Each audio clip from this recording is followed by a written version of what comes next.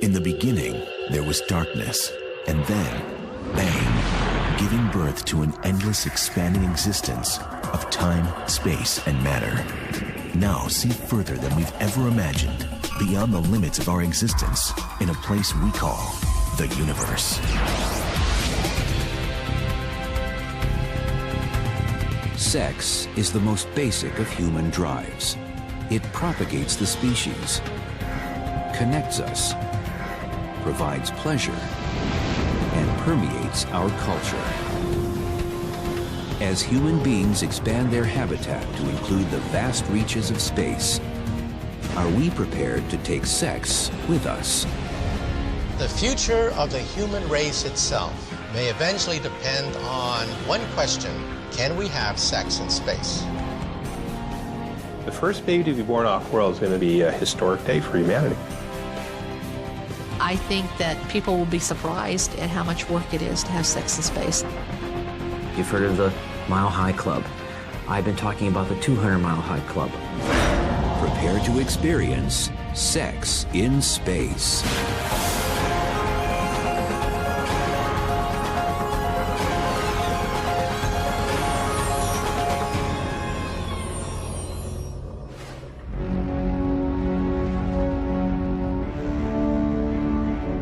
When scientists envision our future in space, they see cities on the moon, colonies on Mars, and eventually human expansion throughout the cosmos. If we are going to make the jump between a terrestrial species and a celestial species, sex and reproduction will be part of that leap. But actually performing sex in space is easier said than done. The number one enemy of sex in space is Isaac Newton's laws of motion. The third law of motion: for every action, there's an equal and opposite reaction. If you push against something, it pushes against you. So we're going to have to learn tediously a new law of human behavior when it comes to sex in space. Ready to test that law and boldly go where no man and woman have gone before is Vana Banta.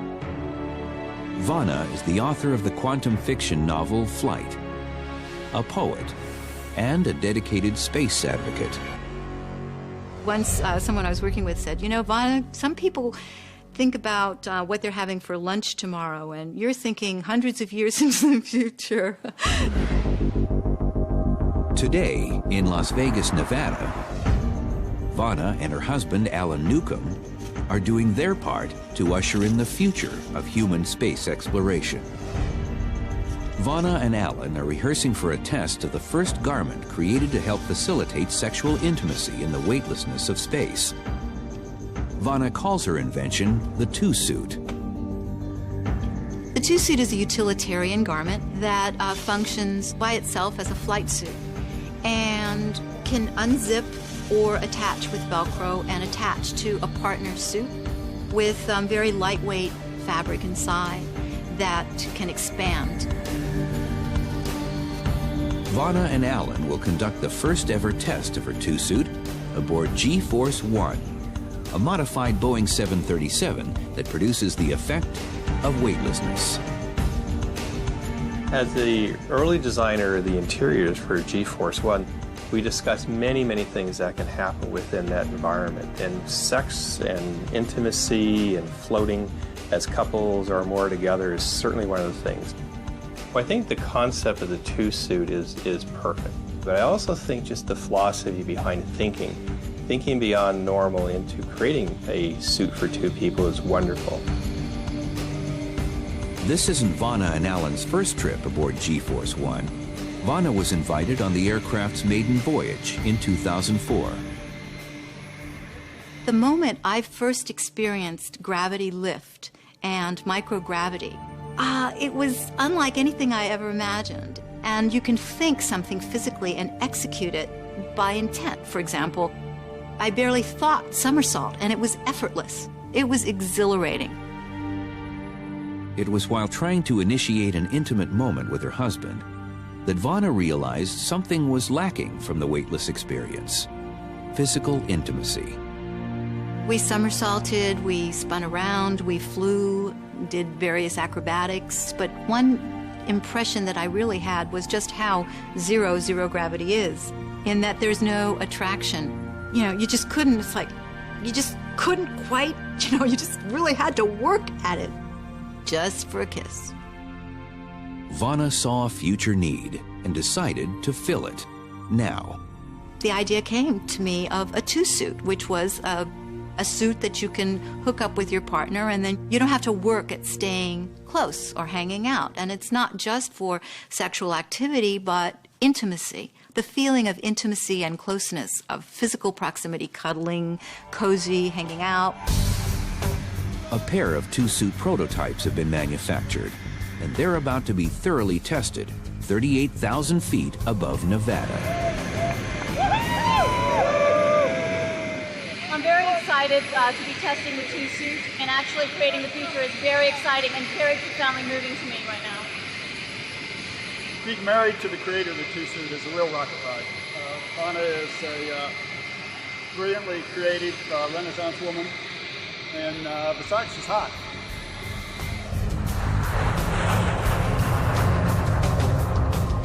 To create the effects of zero gravity, G-Force One takes a parabolic vertical flight path. As the pilot arcs the aircraft over the peak of the parabola, the occupants experience about 30 seconds of weightlessness. It's the same effect you feel on a roller coaster when you go over the top of a hill and fly out of your seat.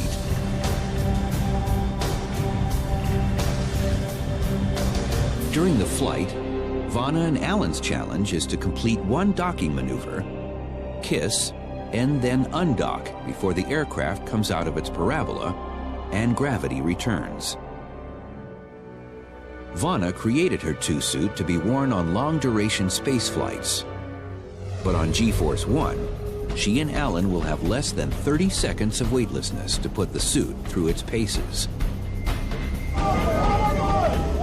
During the first two parabolas, Vana and Alan acclimate themselves to weightlessness.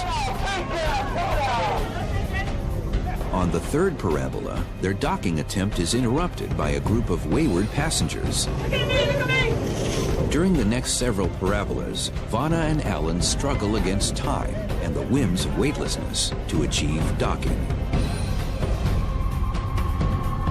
Finally, on the eighth parabola, a successful docking, a kiss, and a successful undocking. Well, I would call the mission a success. I think it's a functional design, and I would like to test it in more prolonged zero-gravity conditions, because I think that really will be the next step. I was pleased with it and really enjoyed the flight. Vana's two-suit is just one small step towards humankind colonizing the universe. The giant leap will occur when we actually begin making babies in space. What little we know about reproductive and developmental biology in space suggests to us that there are going to be huge problems if the species tries to make a single jump from a terrestrial civilization to a weightless civilization. The first problem is zero gravity, or more accurately, microgravity. When we have a space shuttle or space station orbiting Earth, we call it microgravity because gravity is still present and there's still a slight pull towards the Earth. It's just not very strong. When you take a human and put them in a micro-G setting, the bones are losing calcium, the heart is getting lazy, it's losing mass, the skeletal muscle is losing mass. You lose red cell mass, you lose plasma volume. The second problem is high-energy radiation, atomic-scale particles that fill the vacuum of space. There is a possibility of sterility caused by exposure to radiation, and this has been something that we've seen from nuclear power plants and people who work around high doses of radiation. These radiation particles on Earth were shielded by a magnetic field in the Earth's atmosphere, but in space they can move unimpeded until they hit something like human tissue. And when that happens, they can kill the cell or they can just damage it. And when they damage it, what happens is they will take out part of your DNA, but the cell still lives and replicates. And that cell then mutates. And this is the same thing as we know of as cancer on Earth. To see how microgravity and high-energy radiation might affect sexual reproduction, scientists have conducted animal tests in space. Animal studies are really the first step before we can take a human into space and have them become pregnant or give birth. So you have conception, you have the development of a placenta, you have the development of organ systems prenatally, you have the process of birth. All of these things are in common between small animals and humans. The first animal to successfully mate in space was the Medaka fish, which flew on the space shuttle in 1994. For the Medaka study, the animals mated in space, they laid eggs, and the babies hatched in space, telling us that all of those aspects of reproduction are possible in the fish. But people are mammals, and there are many intricate phases involved in mammalian development, from the start at conception all the way through birth. A study with rats aboard a 1995 space shuttle mission showed an abnormal behavior in newborns. For the first week after birth, the young rat pups weren't able to turn themselves from their backs to their bellies, which is a very characteristic response in rats. We think that rearing them in microgravity caused that sensory system to be understimulated by gravity, and hence it developed differently in space.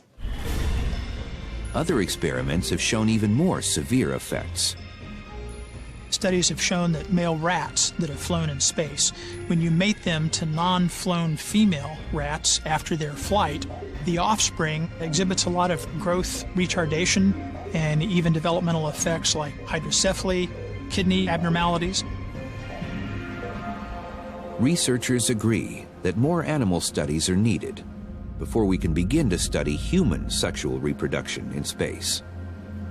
We're approaching year 50 of human spaceflight, and we still have yet to see a single mammal go all the way from an egg to an embryo, all the way through gestation, be born, develop in a zero-G setting, and then have the first generation reproduce in space. So I think we need a new priority to really fully understand mammalian development in a weightless setting. The key to human reproduction in space will come via animal studies. But no animal study could have predicted what one astronaut referred to as the Viagra effect.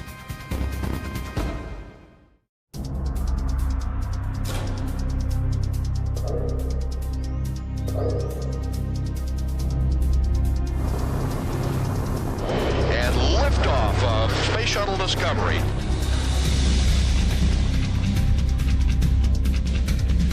Both NASA and the Russian Federal Space Agency have stated that they've conducted no experiments into human sexuality or reproduction.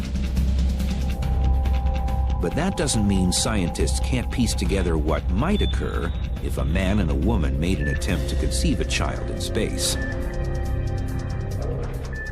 If the male isn't physically aroused, then intercourse isn't possible. However, according to at least one astronaut, being in space produced what he called the Viagra effect. In his book, Riding Rockets, Space Shuttle mission specialist Mike Mullane wrote about a persistent and at times painful condition he experienced every day when he woke up. NASA flight surgeons believe the redistribution of blood in microgravity is the cause. The fluid shift may make it easier for men to have sex in space, so that may be an interesting thing that we'll have to investigate. In fact, there's some evidence that men tend to have erections easier in space because of the fluid shift. The conclusion? Males need to worry less about performance issues in space than they do on Earth. I'm not sure that human beings would have much trouble with the actual act of mating itself in microgravity. I mean, providing they had the desire. We do have a small sample size of 4 shuttle crew members. who basically said that their sexual desire actually decreased on orbit, and this correlated with decreased testosterone levels as well. Now, that's a small sample size, but it does give you an indication of what might be going on in zero-G. The next unknown is how microgravity might affect fertilization. Long-term exposure to space radiation could damage both the sperm and, quite possibly, all of the female's eggs. If she's of childbearing age, then one of those eggs, if it has been damaged, could produce a child that had some sort of birth defect or the failure of the child to be born alive. Once released into the fallopian tubes, the millions of sperm swim towards the egg. One tenacious sperm will burrow inside, beginning the process of fertilization. Once the egg is moving down the fallopian tube and is propelled to the uterus, will it embed itself in the wall of the uterus and begin developing a blood supply and a placenta and grow into a baby? We just don't know that. If fertilization is successful, cell division and growth of the embryo begins. As the embryo develops into a fetus, gravity becomes increasingly critical. For a human fetus, a full-term pregnancy is about 36 weeks.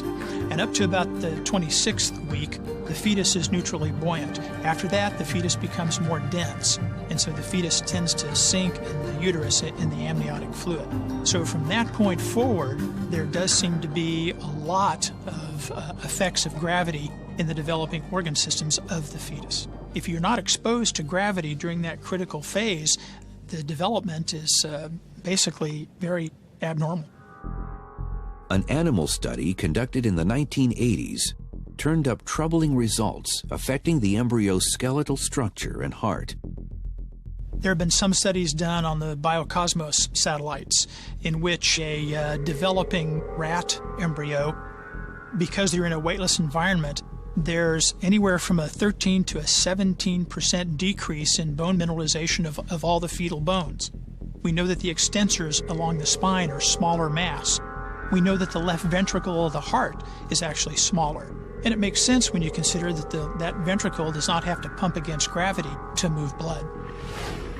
It's unknown how the same lack of gravity might impact a human fetus, but it's likely to have similar effects. If scientists can find a way to bring a healthy human baby to term in space, then a whole new kind of delivery room will be required. Giving birth into space will be messy in space just like it is here on the ground. You have liquids and fluids involved and blood. You have the chance of liquids flying everywhere. So ventilation systems and cleaning systems need to be developed to help the birth process. Space architect John Spencer has given some thought to how a zero-gravity birthing chamber might work. One of the design requirements of a zero-gravity birthing chamber will be a fairly rapid flow of water.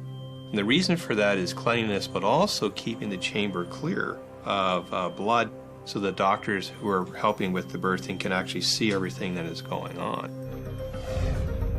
John was inspired by water birthing, in which babies are delivered into warm water.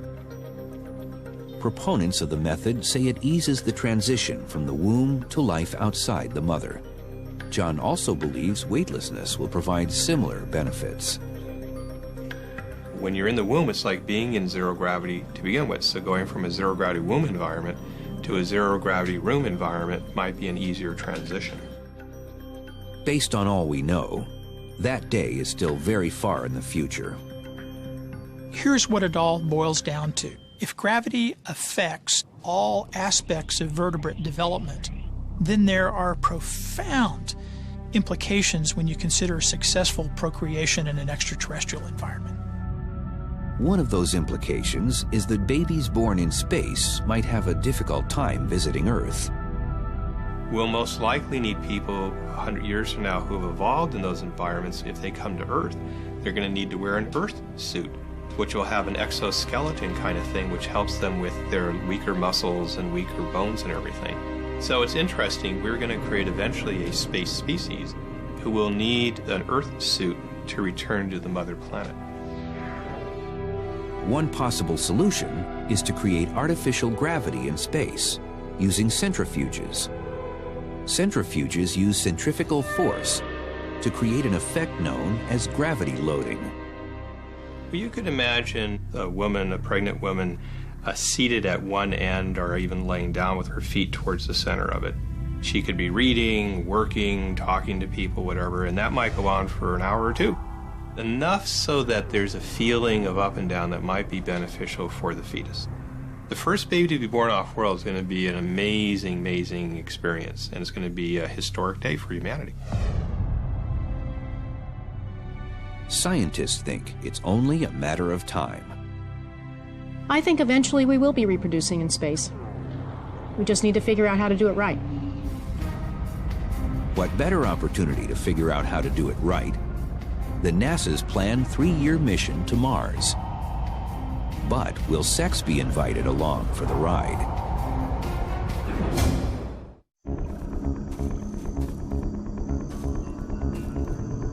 "65 million years ago, another species dominated the planet as humans do today. The dinosaurs were the preeminent life forms on Earth for over 150 million years, but all it took was one single very bad afternoon, and that took them out of the picture forever, and they never came back.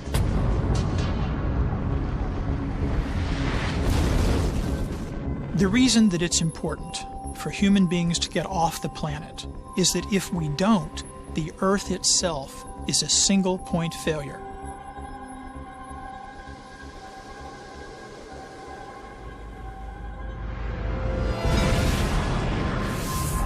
If you don't have a backup, if you don't have an alternate pathway, if that one critical link breaks, then the whole system undergoes a catastrophic failure. But if reproduction doesn't happen, and if it doesn't happen successfully, the species is not going to survive. Despite such warnings, human sexuality and reproduction remains a taboo subject at NASA. NASA is really an incredible organization. It's an amazing place to be. However, NASA is an organization of engineers, by engineers, and for engineers. To an engineer, the light switch is either on or the light switch is off. There's no gray area. In the life sciences, there are only two absolutes, life and death, and everything else is a shade of gray. As far as sex in space, all the years that I spent at NASA, I don't recall ever having a conversation about it with a crew or with mission management. So it just hasn't been a big concern.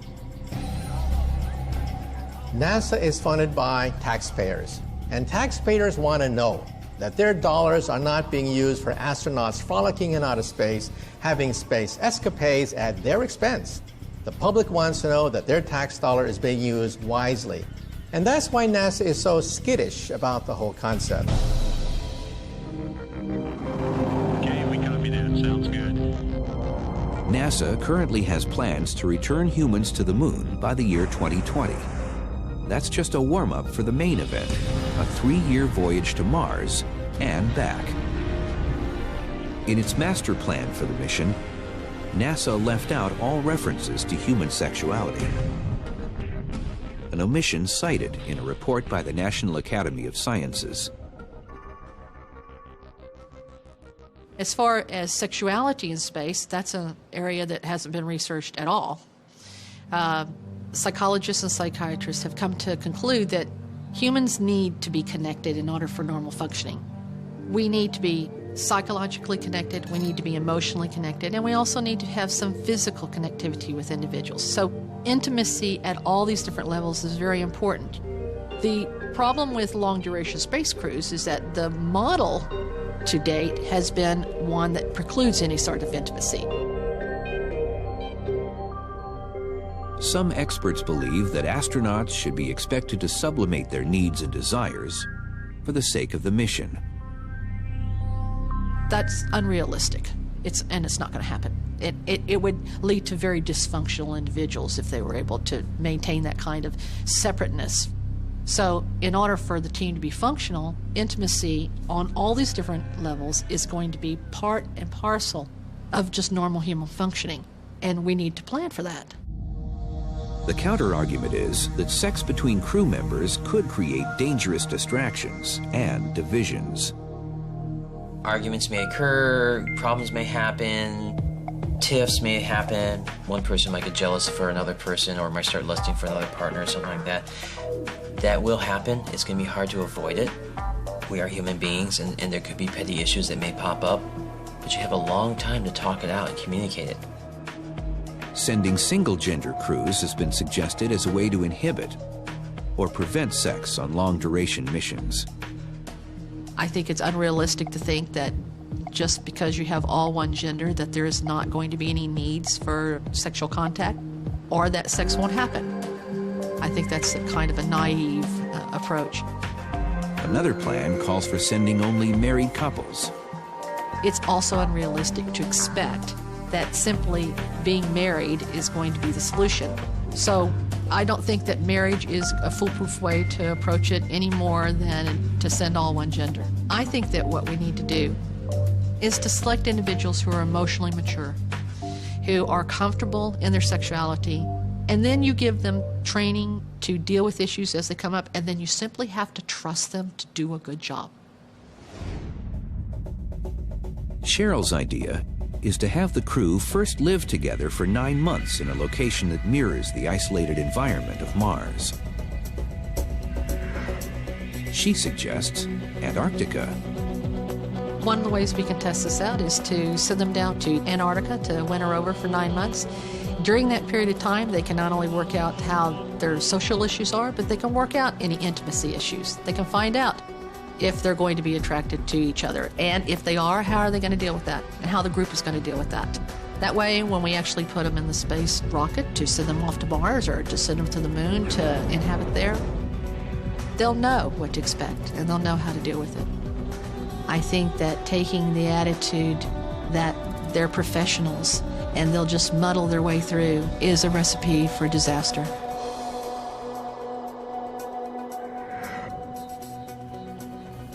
Despite NASA's denials and their history of avoiding the subject, some say sex has already occurred on a U.S. spaceflight. Some believe it's unrealistic to think that out of the hundreds of adventurous risk-takers who've rocketed into space, that at least 2 of them didn't engage in some cosmic coupling. I wouldn't be surprised if sex has already happened in space. I mean, we've had a married couple on the NASA shuttle, and if you've done it on Earth, wouldn't you try it in space? The married couple in question are astronauts Jan Davis and Mark Lee. In 1992, Davis and Lee blasted off for a 7-day mission aboard the Space Shuttle Endeavour. NASA has no official policy banning sex in space. NASA has not told people you must not have sexual intercourse. People are expected to know better than that. But they do have a policy against sending married couples into space. Davis and Lee met during mission training, fell in love, and wed just before liftoff. Because it would have been too disruptive to replace one of them on the mission, NASA made an exception. Could the rest of the crew have allowed them some private time? It is possible that the crew members did collude to help the married couple do something up there, but it's highly doubtful, just considering the conservative nature of the astronauts and conservative nature of NASA, to allow for such a thing to take place. I wouldn't say that I would hope that they broke regulations, but I could say that I hope that they utilized the opportunity to consummate a union in an environment and a situation and a mission that truly celebrated the beauty of the union of 2 human beings. If the couple did engage, their options for privacy were limited. The crew area of the space shuttle comprises just over 2,200 cubic feet, about the same area as an average-sized living room. In terms of the space shuttle orbiter, the best place to have sex is the airlock leading out into the cargo bay. It's big enough for 2 people. If there's any place on board the shuttle, that's where it might happen. Today's International Space Station is far roomier than the Space Shuttle, with 12,600 cubic feet spread over 15 modules. I'm very familiar with the interiors of the current International Space Station. And the more intimate areas of that space station are actually the Russian modules. They're more personalized, for example, and that's where it would basically happen in the Russian modules. Mark Davis and Jan Lee have refused to confirm or deny the rumors, leaving only speculation as to whether anyone has probed the final frontier. The fact that every single minute of the day is logged and looked at by mission control here on the planet Earth, you realize that it's perhaps the most impractical and unromantic and unsexy place for romance in outer space. Once you become an astronaut, you don't want to do anything that might jeopardize your opportunity to have another flight in space. If I had a bet, I would bet that the Russians have been more involved in the issue of zero-gravity sex and sex in space than the Americans have. The Russians are a little bit more open-minded. They have guitars in space. They've even in the past had cigarettes on board space stations and liquor. And why not? Speculating about whether sex in space has happened or whether astronauts have done it relegates it to the category of tabloid mentality. I think that the question is not whether it actually has happened or not, but we need to get past that whole titillation about whether there's been sex in space and say there will be sex in space, and we need to stop agonizing over the whole issue. Regardless of whether it has happened, everyone agrees that sex in space comes with certain advantages and disadvantages. I think people are better looking in space. Their faces get a little bit more flush. Women's breasts get larger. With the face being a little more puffy, the wrinkles go away. The legs are thinner because there's less fluid down there. Women don't need bras because there's nothing to pull them down. But looking sexier doesn't help you grapple with the physics of microgravity sex. As we saw on G-Force 1, the slightest nudge from your partner can send you reeling. The problem is you've still got mass. If somebody was to push down on somebody very hard, it could send them off in another direction across the cabin of a spaceship and could do severe damage.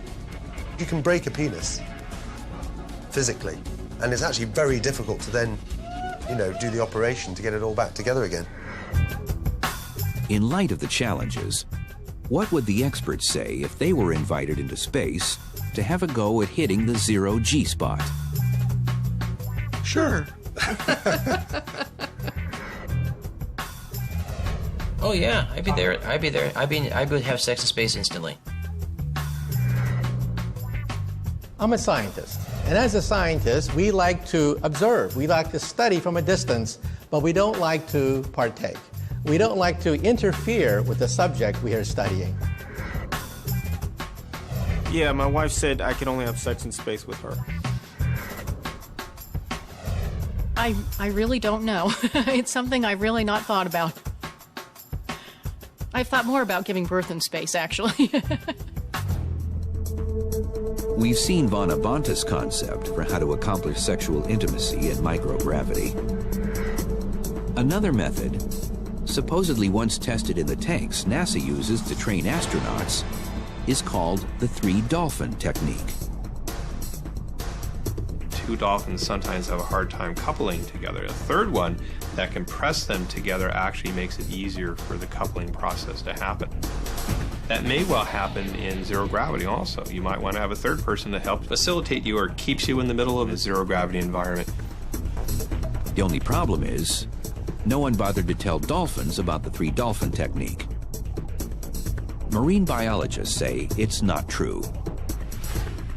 One thing everyone does agree upon is that one or more of the mating partners needs to be restrained. What you could have is some handholds and perhaps leg holds, similar, made out of bar kind of material, similar to the handholds you have to assist you in a bathtub. Any mechanism that would simulate constraints on motion that would at all mimic gravity would probably facilitate mating in space. It could be Velcro. And one of the parties could wrap legs around something and be able to secure him or herself with their knees. I think that human ingenuity will give us answers that we can't hypothetically guess at, that when you actually put people in the environment, they'll figure a way to do it. And then perhaps footholds similar to the kind of things you put your feet in water skis to secure the bottom. For sex in space, I think you might want a seatbelt. We have done a lot of work trying to do CPR in space. And when you think about it, cardiopulmonary resuscitation is a similar kind of complex act, between two people, right? We evolved this big system where you would do CPR. We put a lot of thought into that system. You know what the astronauts decided early on when they evaluated the system? They decided the system was too cumbersome, and they could do it all with duct tape. I'm not saying that duct tape is a sexual aid in space. I'm just saying duct tape is like the Force. It has a light side and dark side, and it binds the universe together. Harvey's invention sounds very good to me. For one thing, it doesn't involve a third party, the so-called dolphin effect, which I think would be quite uncomfortable for me.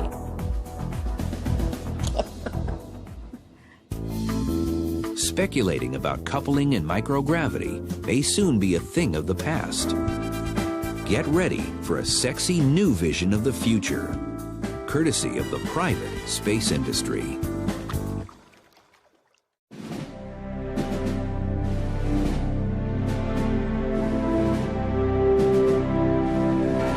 There was a time not so long ago when space travel and space travelers were the epitome of sexiness. Space was very sexy in the 1960s. If you ask any of the astronauts who were part of the space program in the 1960s, they will all tell you that they were actually sort of sex gods. Two things became the equivalent of a cold shower for space travel. One, the promise of average citizens traveling into space was never fulfilled. Houston now controlling. People got the impression that the shuttle was something that would also be commercialized. So they got all excited about it in the 70s, coming out of this sort of sexy era of space with the moon program. And then the general public were vastly disappointed. We have main engine start and liftoff. The second thing was the Challenger explosion. I think that caused a real change, sea change in the public's attitude. They began to discount the idea that they would ever go to space. But that's all about to change, thanks to the private space industry. The first space tourism venture to take flight is Virgin Galactic, brainchild of British billionaire Sir Richard Branson. Richard Branson's Virgin Galactic is trying to take us for $200,000 a piece to go up to the edge of space, which is about 62 miles. And it is the closest we can get to a true space experience.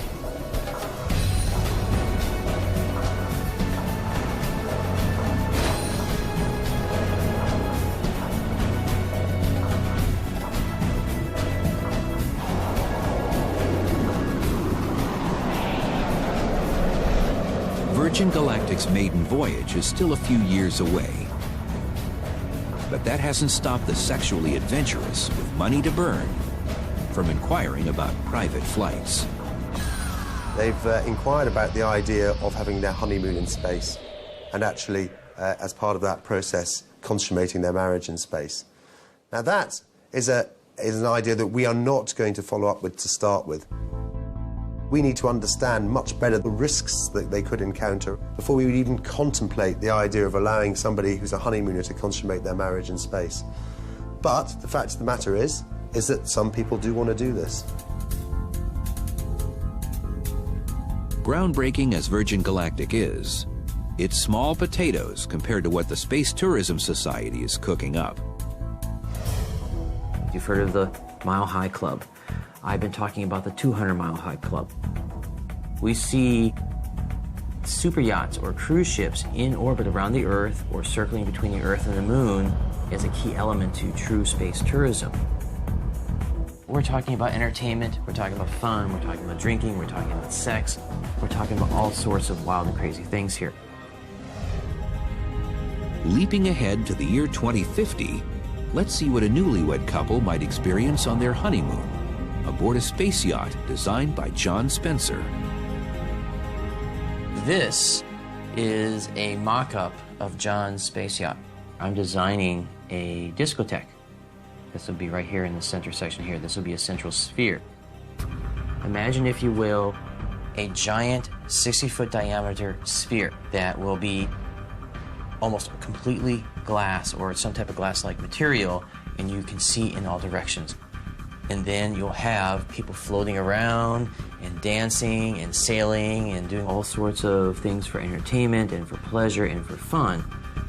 Now, after a long night of dancing and carousing and having a lot of fun, the couple want to have a little bit more fun. On Earth, that might include a romantic interlude in a hot tub. John Spencer envisions a space-based hot tub he calls a hot sphere. You can imagine that your honeymoon suite is a sphere, and within the center of that is this colored warm water. And in that, you can immerse yourselves hanging on to each other for lovemaking or relaxing. The sphere will be kept in place within the volume by airflow, so it won't move around, but you can splash and the water will come right back as little spheres into it. After a soak in the hot sphere, our couple retires to their honeymoon suite. There, they'll find Sam's rebuttal to Newton's third law, the Snuggle Tunnel. So pretend this is a giant window inside the honeymoon suite. So we have the fantastic panoramic view, and then they can expand this thing here, which is known as the Snuggle Tunnel. We'll have illumination inside, we'll have ventilation inside. As you can see, it's furry. Gotta have it furry, gotta make it soft and comfortable for people to do their thing. They go in here, and then they're snuggling in the Snuggle Tunnel. Might the Snuggle Tunnel become basic equipment on Virgin Galactic's Spaceship Two? It's clearly not something for our early days of suborbital space tourism. But, you know, I'm very used to working in an organisation whereby we also think about the future. And the fact is, one day there might be a Spaceship 3 or a Spaceship 4. And the concept of a Snuggle Tunnel of some sort is entirely logical. Is it only a matter of time before NASA jumps on the Snuggle Tunnel bandwagon? I've never heard of any plans at NASA to develop a Snuggle Tunnel. So maybe not. But while the space tourism industry plays up the more titillating aspects of sex in space, life scientists researchers have their own reasons for being hopeful. I think space tourism is the venue in which sex in space will be addressed more comfortably and more openly. And I think that that will be the milieu in which it will finally be comfortably dealt with. It seems inevitable that where humans go, sex will surely follow, even into the cold, vast reaches of the universe. The whole part of exploring is you're not only exploring locations, it's an exploration of ourselves, a perspective of ourselves, and part of that is intimacy, lovemaking, relationships.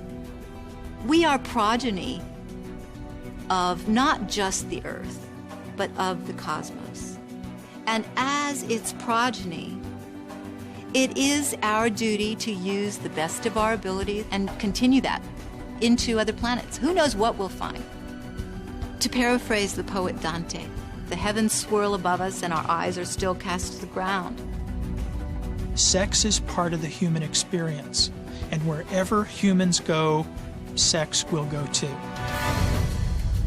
That's logical, it's rational, that's the way it should be.